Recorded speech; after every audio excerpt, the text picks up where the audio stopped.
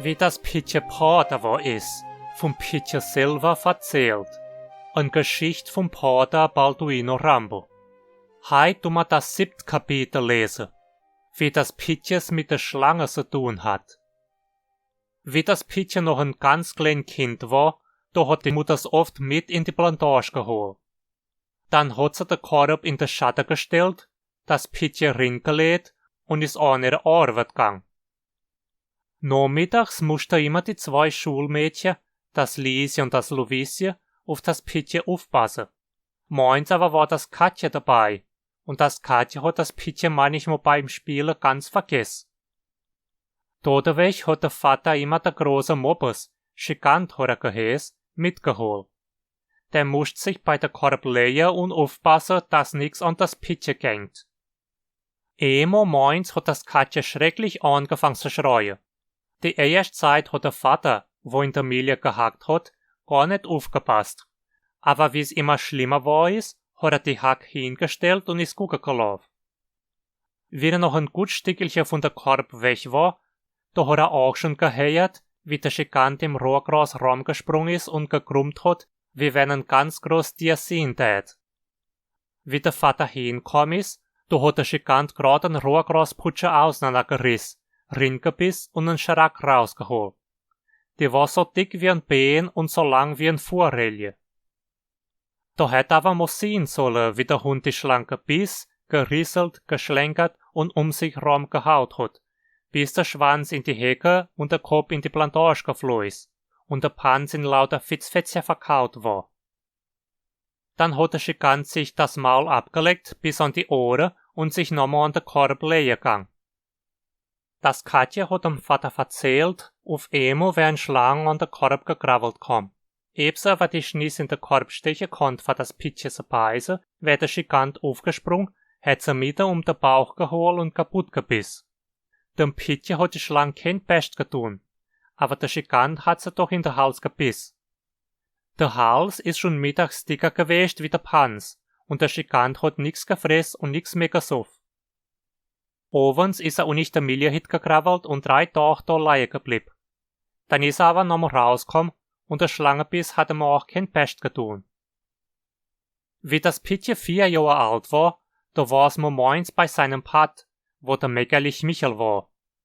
Der Michel hat so geheißen, weil er immer vergroß Meckerlich sagt. Der Meckerlich Michel hat sein Plantage grad neben dem Pitje seinem Vater sein Plantage und hat das Pitje mitgeholt, dass es in der Plantage bei seinem Vater gehen kennt. Von all den Leuten, wo in Sandbei gewohnt haben, hat der Meckerlich Michel die meiste Bang vor Schlangen. Dem armen Mann ist am selbigen Moment auch ein Stückchen passiert, wo ihm auf ein Haar das Leben gekostet hat. Der Michel hat Bohnenmilch in der Waldplantage gepflanzt. Weil er aber so arg Bang vor der Schlange hat er seine lange Stiefel angetun. Wie er so mit der Pflanzmaschine durch die rangige Bohnen gestatzt ist und gepflanzt hat er auf einmal gedacht, es wäre mit der Stiefel noch viel gefährlicher wie ohne Stiefel. Wenn eine Schlange in die Stiefel springen tät, dann tät sie nicht nur einmal, vielleicht 4 oder 5 Mal beißen. Da hat er die Stiefel ausgetun und auf einen Krabapunje-Stumpe gehangen.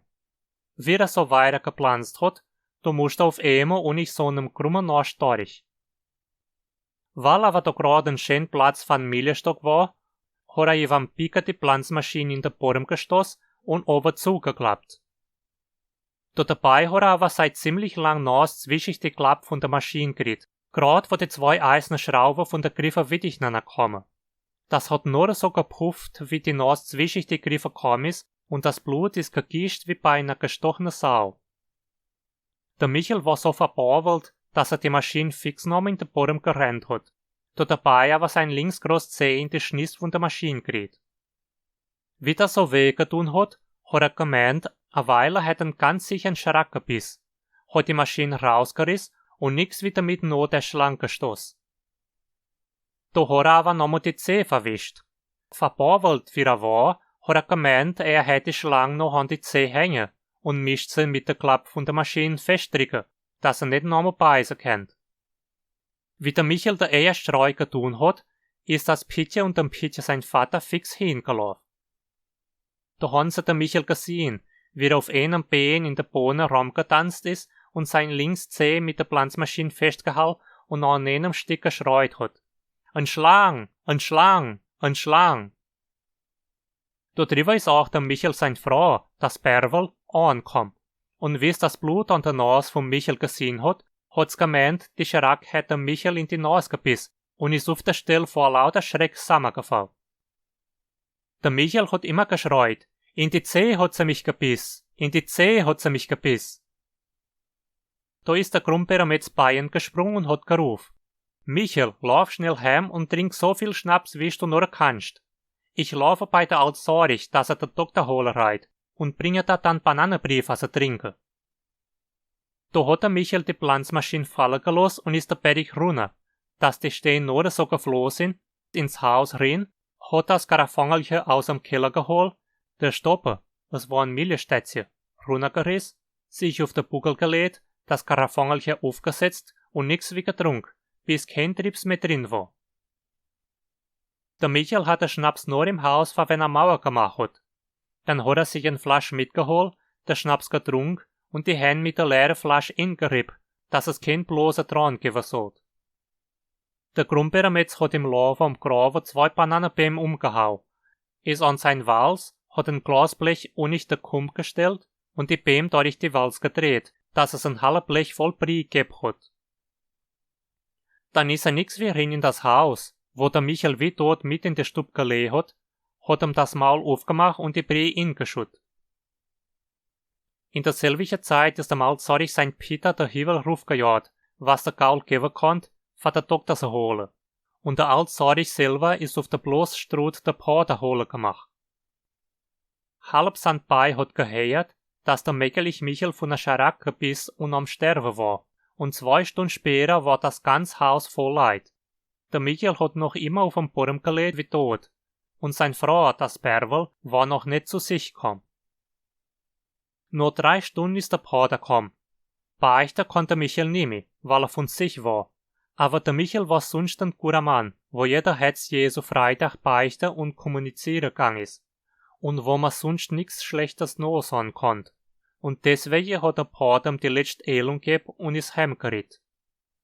Eine Stunde später ist auch der Doktor angejagt gekommen. Er hat der Michel seinen linken Fuß gesehen, das Fieber gemessen, und der Brust rumgelauscht und die Hände hin und her gedreht. Dann hat er ein bisschen seinem roten Schnärrchen gekaut, ein ordentlich spaßig Gesicht gemacht und gesagt, der Michel ist am Sterben, aber nicht von der Schlange, weil er gar kein Schlange gebissen hat. Der Michel hat sich am Schnaps vergiftet, da kann ich nix dran machen. Wie der Doktor fort war, da haben die Leute sich angeguckt und die Käpp geschüttelt und gesagt, man meint, es wär nicht möglich. Da drüber ist der Michel sein Perwel in die Stube gekommen, gel wie ein Käse, und wie's der Michel da so leie gesehen hat's gemeint, er wär schon tot und hat angefangen zu schreien. Da hat der Michel die Augen aufgemacht, sich rumgeguckt und wollt aufstehen. Da haben sie ihn geholt und in sein Bett getragen. Abends war der Michel schon nochmal ganz verständig und 2 Tage später hat er meins sein Stiefel angetun und ist sein Bohnenmilch pflanzen gegangen. Der Schnaps und die Bananenbrie hat ihm kein Pest getun, aber die Leute haben ziemlich viel über ihn gelacht. Hast du das gern gehört und gelesen? Dann lass ein Like. Sei sicher, dass du den Kanal unterzeichnet hast. Gleich komme ich mit dem 8. Teil und so tust du es nicht verpassen. Du kannst den Kanal unterstützen durch unsere Katharse-Kampagne oder mit einer spontanen Abgabe durch Pix oder PayPal. Und vergiss nicht mehr auf Instagram zu folgen. Dankeschön und bis bald.